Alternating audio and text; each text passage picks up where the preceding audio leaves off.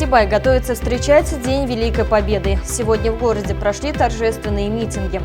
Такой есть только в Сибае и Уфе. Готовится к запуску магнитно-резонансный томограф. 59 лет за здоровый образ жизни. Редакция газеты «Сибайский рабочий» вновь объединила город в легкоатлетической эстафете. Теперь об этом и другом более подробно. В эфире выпуск новостей, в студии Наиля Ахмедшина. Здравствуйте. Сибай готовится отметить 72-ю годовщину победы в Великой Отечественной войне. Памятное мероприятие, посвященное к этому важному событию, уже сегодня объединили сотни сибайцев. Традиционно накануне 9 мая в городе чтят память солдат, павших в самой кровопролитной войне 20 века, и возлагают цветы памятникам героев. Торжественные митинги прошли по всему городу, в том числе и в поселках.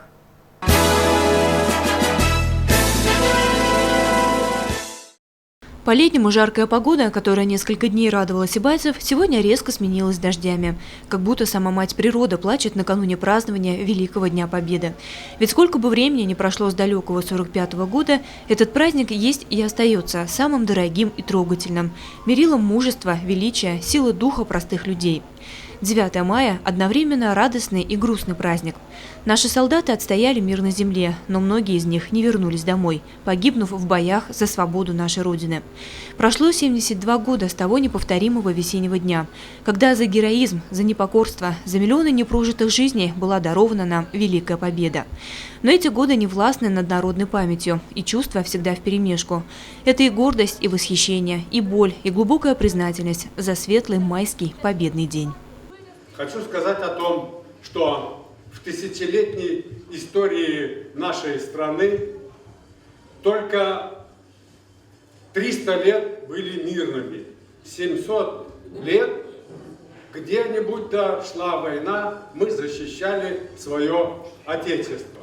Вот из этих 300 лет мирного времени, отведенного нашей стране, 70 с лишним лет принадлежат этой Великой Победе. И после этого у нас таких серьезных конфликтов не было. Поэтому мы понимаем, что победа была очень важной, великой и необходимой не только для нашей страны, но и для всей планеты. На торжественном митинге всех присутствующих поздравил участник Великой Отечественной войны Иван Иванович Фролов. В этом году ему исполняется 100 лет.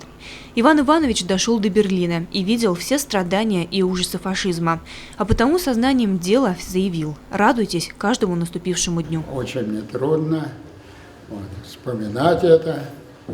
Прошагал я от Сибири, был в лыжной бригаде, был сформированы 2 бригады лыжных, сибиряков, уральцев. Больше никого не призывали. Сформировали и отправили на фронт. Но мы на фронт не попали. Тогда шел Сталинградский бои, Сталинград.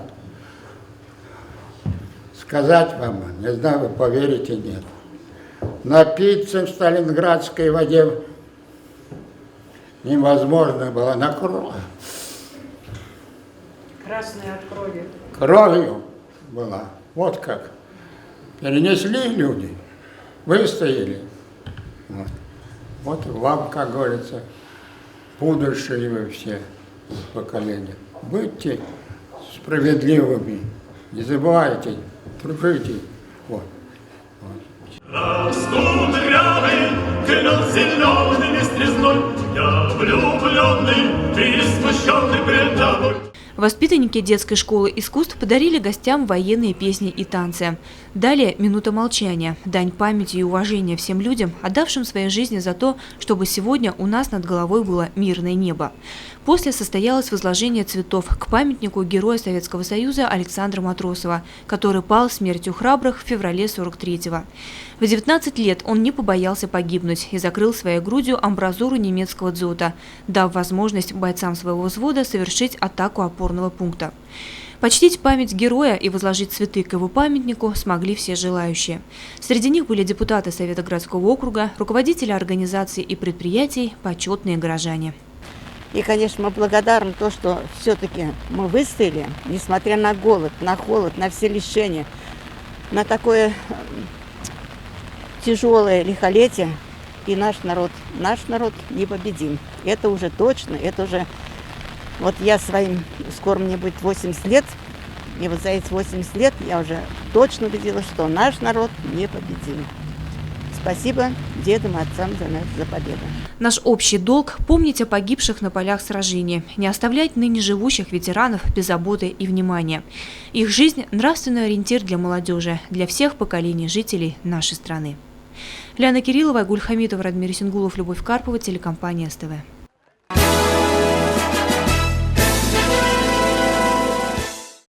Торжественный митинг в школе номер 12 стартовал с чествования приглашенных ветеранов Великой Отечественной войны. Это зенитчица Ленинградского фронта Екатерина Васильевна Попкова и летчица Юго-Западного фронта Самига Рысмухаметовна Рызбаева. Затем поздравления и слова благодарности почетным гостям выразила заместитель главы администрации города, начальник финансового управления Виктория Трофимова. 9 мая в сознании россиян является символом беспримерного мужества, стойкости и патриотизма, ярким олицетворением ратного и трудового подвига. Враг был силен и коварен, но стойкость и массовый героизм поколения победителей остановили фашистских захватчиков. Солдаты и офицеры на фронтах, труженики тыла, ковавшие победу своим самоотверженным трудом, не дали иноземным завоевателям господствовать на нашей земле. Башкирская земля взрастила 284 героя Советского Союза. 4 из них – наши земляки. Это Василий Данилович Копылов, Иван Тимофеевич Пименов, Тавтизан Тагирович Минигулов и Федор Иванович Белов. Памятник Федору Белову украшает одну из центральных улиц города и является достопримечательностью Сибая. Ежегодно в преддверии 9 мая здесь собираются коллектив 12-й школы и горожане, чтобы почтить память героя и миллионов солдат, отважно сражавшихся с врагами и подаривших нам будущее. Мы собрались почтить память павших, вспомнить наших ветеранов, наших фронтовиков, отдавших свою жизнь за победу. Также встретить наших ветеранов, оставшихся в живых, а также ветеранов и тружеников тыла. Я от имени нашего коллектива поздравляю всех жителей нашего города. С Днем Победы! Желаю всем здоровья, успехов!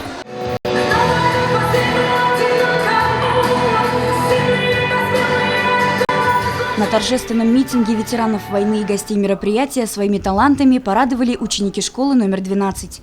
Душещипательные концертные номера, патриотические стихотворения нашли отклик в сердцах каждого присутствующего. Ветераны Великой Отечественной войны не смогли скрыть слезы скорби и печали от воспоминаний тех страшных лет. Разрешите поздравить всех ветеранов, всех сибайцев с праздником 72-й годовщины Великой Отечественной войны. Просто, не знаю, ничто не забыто, слов много можно сказать. Очень серьезный такой праздник, великий, легендарный, говоря. Много людей наших пало. На алтарь Победы были принесены миллионы жизней, и все мы должны помнить и чтить подвиги тех, кто воевал на фронтах и ковал победу в тылу. После торжественного митинга состоялось возложение цветов к памятнику Федору Ивановичу Белову. Евдокия Титренко, Алик Кадыров, Любовь Карпова, телекомпания СТВ.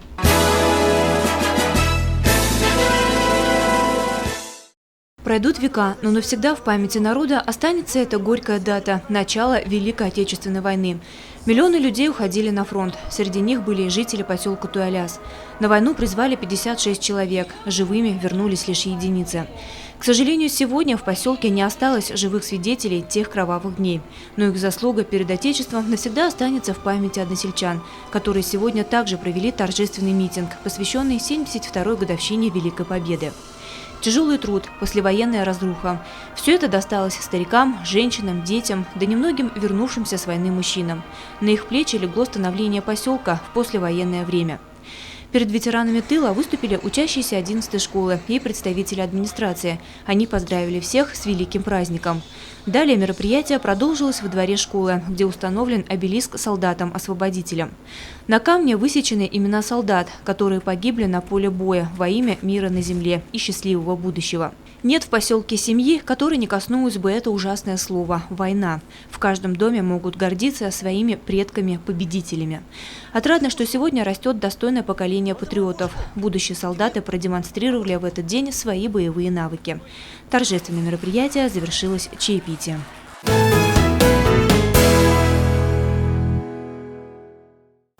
К другим новостям. Своевременная диагностика имеет решающее значение при лечении подавляющего большинства заболеваний. Наиболее точной исследовательской технологией человеческого организма сегодня является магнитно-резонансная томография. Разговоры о появлении такого аппарата в нашем городе ведутся с осени прошлого года. И вот сегодня монтаж дорогостоящего оборудования, подаренного нашему городу Министерством здравоохранения Башкортостана, подходит к своей финальной стадии. Магнитно-резонансная томография – современный метод диагностики, позволяющий получить объемное изображение обследуемого органа или участка тела. Классификация аппаратов, с помощью которых осуществляется исследование, основывается на показателях мощности поля и особенностях устройства установки. Так называемые высокопольные томографы мощностью от 1,5 Тесла и выше обладают самой высокой разрешающей способностью, чем обеспечивают наилучшее качество снимков. До сих пор в республике такой мощной технической базой располагала только Республиканская клиническая больница имени Куватова. Вскоре возможность производить углубленную диагностику появится и в столице Башкирского Зауралья. Высокопольный магнитно-резонансный томограф фирмы General Electric был подарен Сибайской ЦГБ Министерством здравоохранения Республики Башкортостан. Работы по оборудованию диагностического кабинета в здании больницы ведутся с ноября месяца прошлого года. Сегодня они подходят к завершающей стадии. Как раз вот тут будет стоять у нас стол и будут смотреть на больных. Ставить тут всю информацию, будет поступать сюда по электронке. Приходит информация, врачи смотрят и заключение уже выдают туда на регистратуру. Порядок оснащения кабинета МРТ базируется на жестких стандартах, которые касаются оборудования и материалов, необходимых для процедуры. Например, помещение, в котором будет находиться основной магнитный блок, должно быть полностью экранировано от внешних факторов, будь то линия электропередач или сигнал сотовой связи. Организация данных профильных работ потребовала привлечения специалистов из столицы страны. Монтаж начинается с того, что делается радиочастотная кабина, потом раскрывается проем, закатывается магнит, то есть его разгружают, ставят на специальные катки, мы его затаскиваем, ставим на положенное место, позиционируем на намеченное, после чего кабина зашивается и облицовывается в финишную отделку. Интервью с московскими специалистами мы записывали около 2 недель назад. Сегодня отделка процедурного кабинета уже завершена. Ведутся работы по прокладке кабеля и отладке дорогостоящего оборудования. Согласно полученным комментариям, к началу июня руководство ЦГБ планирует выйти на этап лицензирования томографа. В таком случае возможность высокоточной диагностики появится у сибайцев уже в середине лета. Параллельно в Москве ведется подготовка обслуживающего персонала Сибайской городской больницы. К ним относятся операторы, рентген-лаборанты и специалисты-рентгенологи. Такой аппарат стоит только в Уфе, и вот у нас теперь в городе Сибай будет стоять. Не надо будет ездить ни в Магнитогорск, ни в Уфу. Ближайшие районы и город Сибай будут охвачены этим аппаратом. Это большое подспорье для наших врачей, ну и для нашего населения города Сибай. Ринат Музафаров, Алик Кадыров, Любовь Карпова, телекомпания СТВ. Сегодня в Сибае прошел последний общегородской субботник. Порядок трудовые коллективы наводили на прилегающих территориях. За месяц еженедельных уборок город стал значительно чище и краше. Свой вклад в доброе дело решили внести и представители детского эколого-биологического центра совместно с сотрудниками Сибайского территориального комитета Министерства природопользования и экологии республики. Они провели субботник на берегу реки Камышлы-Узяк. Пластиковые пакеты, бутылки и другие бытовые отходы. На берегу и даже в самой реке Камышлы-Узяк участники экологического субботника обнаружили много мусора. Представители детского эколого-биологического центра и Сибайского территориального комитета Минэкологии Республики Башкортостан отмечают, что по сравнению с прошлыми годами степень загрязненности не такая сильная. Тем не менее, полностью избавиться от подобных фактов, к сожалению, невозможно. В этом году уже наблюдается снижение мусора. В прошлом году было мусора намного больше. Отрадно то, что повышается экологическая сознательность наших жителей и количество мусора постепенно уменьшается. Надеюсь, что эта тенденция сохранится и то, что через несколько лет уже не стоит даже будет выходить на такие субботники. Экологический субботник стартовал на берегу реки со стороны улицы Крупской и закончился на улице Димитрова. Помимо юных экологов и представителей Минэкологии РБ, на очистку береговой зоны реки Камышлы-Узяк вышли и студенты Сибайского колледжа строительства и сервиса, а также неравнодушные школьники. В общей сложности ими было собрано около 15 мешков мусора. Наши студенты ежегодно участвуют в таких мероприятиях. Сегодня с утра, с 9 утра, вот как раз территорию ЦДТ очищали. Эти мероприятия нужны, и хотелось бы обратиться к гражданам нашего города. Если бы каждый человек убирал за собой мусор, было бы чище, и мусора бы и не было бы. Поэтому, люди, призываем всех вас убирать за собой, не мусорить. Как могли жители этого поселка сделать можно как выбросить столько мусора? Скорее всего, они беззаботные, поэтому выкидывают мусор через забор, чтобы они просто, наверное, не знают, что здесь речка и тут водится рыба. Впереди долгожданные теплые летние дни. Безусловно, в это время большинство горожан предпочитают отдыхать на берегу различных водоемов. А значит, как всегда, мусора на береговой зоне рек и озер не избежать. Однако все же остается надеяться, что экологическая сознательность сибайцев возрастет, и каждый будет считать своим долгом оставить зону отдыха после себя в чистоте. Евдокия Титаренко, Радмир Исенгулов, Любовь Карпова, телекомпания СТВ.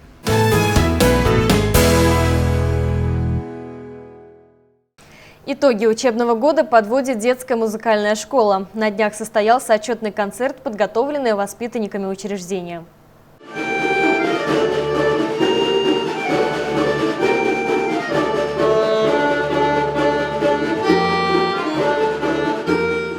Концертный зал среднеспециальной музыкальной школы в очередной раз гостеприимно распахнул свои двери, призывая всех желающих окунуться в прекрасный мир музыки.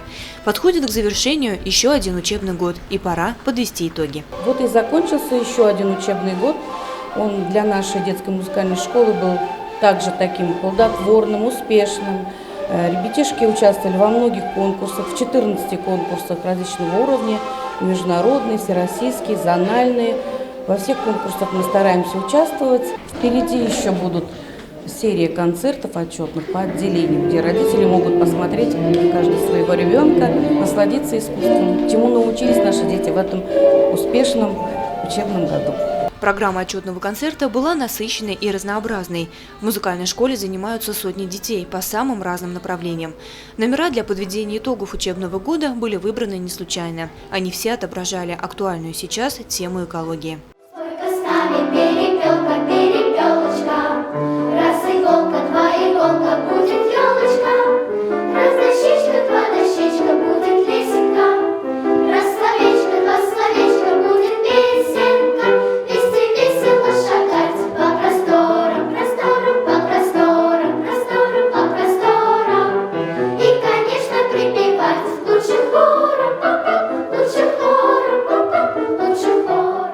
В очередной раз юные таланты доказали, что обучение в музыкальной школе – это не скучный процесс, а увлекательное занятие. Андрей и Тимур учатся по классу вокала. О своем выборе ничуть не жалеют и ценят знания, полученные здесь за годы обучения. Я начал ходить в музыкалку, когда приехал с лагеря в позапрошлом году. Увидел гитарку у меня дома. Мама предложила пойти, я согласился, заметили, что я могу петь, и позвали. В это время Тимур уже ходил. Мне нравятся поездки на конкурсы, бесконечные эмоции, удовольствие, которое приносит нам сцена. Отчетный концерт, пожалуй, самое значимое мероприятие для всей школы. 1 час музыкальных выступлений прошел для зрителей буквально на одном дыхании. Отрадно, что в наш стремительный век удивительный и увлекательный мир музыки по-прежнему жив и радует сердца людей. А своими концертами артисты заставляют каждого слушать, понимать и слышать живую музыку. Ляна Кириллова, Альмира Шкуватова, Радмир Исенгулов, Любовь Карпова, телекомпания СТВ. И к новостям спорта. Как всегда, с размахом в Сибае прошла ежегодная легкоатлетическая эстафета от редакции газеты «Сибайский рабочий». На старт вышли более 20 коллективов. Традиционная легкоатлетическая эстафета от редакции газет «Сибайский рабочий» ежегодно объединяет школьников и студентов, работников организаций и предприятий, профессиональных спортсменов. В этом году мероприятие посвящено 72-й годовщине победы в Великой Отечественной войне. История самого же марафона началась в далеком 1958 году. На открытии 59 лет назад, первый раз, когда проводилась эстафета, участников было всего 6 команд, сегодня уже 24 команды, то есть прогресс налицо. Надеюсь, в следующем году уже на 60-й эстафете команд будет еще больше. Пользуясь случаем, конечно, я поздравляю всех участников, всех наших читателей, всех горожан с наступающим великим праздником Днем Победы. Хочу пожелать всем мирного неба, ну и побед в учебе, в труде, ну и в спорте, естественно. В рамках марафона от редакции газет «Сибайский рабочий» было предусмотрено 2 забега, каждый из которых делился на этапы.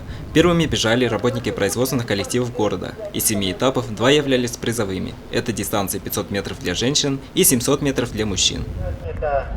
И на 3-м месте Сибайский завод буровых.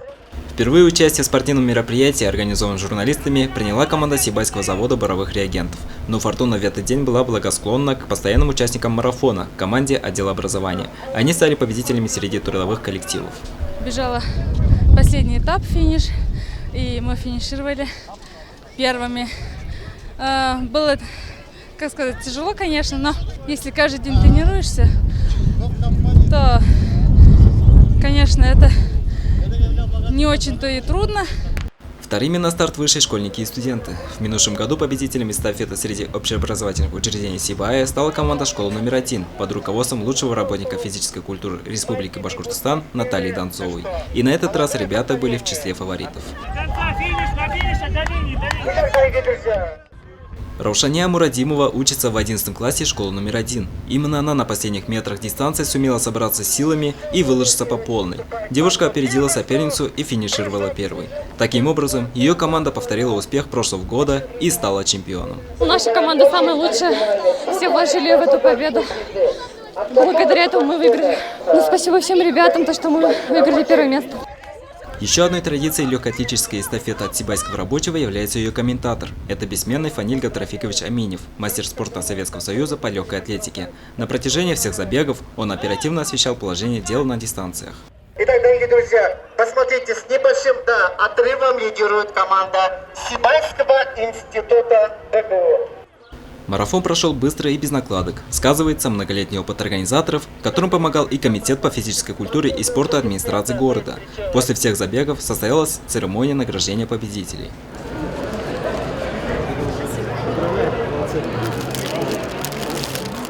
Среди лучших в личном первенстве оказался и студент первого курса Сибайского института БГУ Рамзель Булатов. Кроме наград от организаторов, отдельный приз ему вручил победитель Кубка Советского Союза, чемпион России по легкой атлетике Ринат Сергалин. Отметим, что Рамзель впервые принимал участие в марафоне от Сибайского рабочего. Я начал серьезно заниматься полгода назад. Кросс, тренировки каждый день почти. 3-4 раза в неделю. Сегодня было весело, конечно. Я сзади шел километров, наверное, 600. А вот последние 400 метров я начал добавлять. И вышел на первое место и финишировал. Организаторы надеются, что к 60-му юбилейному марафону Сибайского рабочего участников спортивной эстафеты станет еще больше. Следите за нашими новостями и занимайтесь спортом. Данила Алибаев, Олег Кадыров, Радмир Сенгулов, Гульгина Рискилина, телекомпания СТВ. Такими были новости пятницы. Самую актуальную информацию вы всегда можете посмотреть на нашем официальном сайте sibaytv.ru. Коллектив СТВ поздравляет всех с наступающим Днем Великой Победы и желает хороших выходных. Всего вам доброго и берегите себя.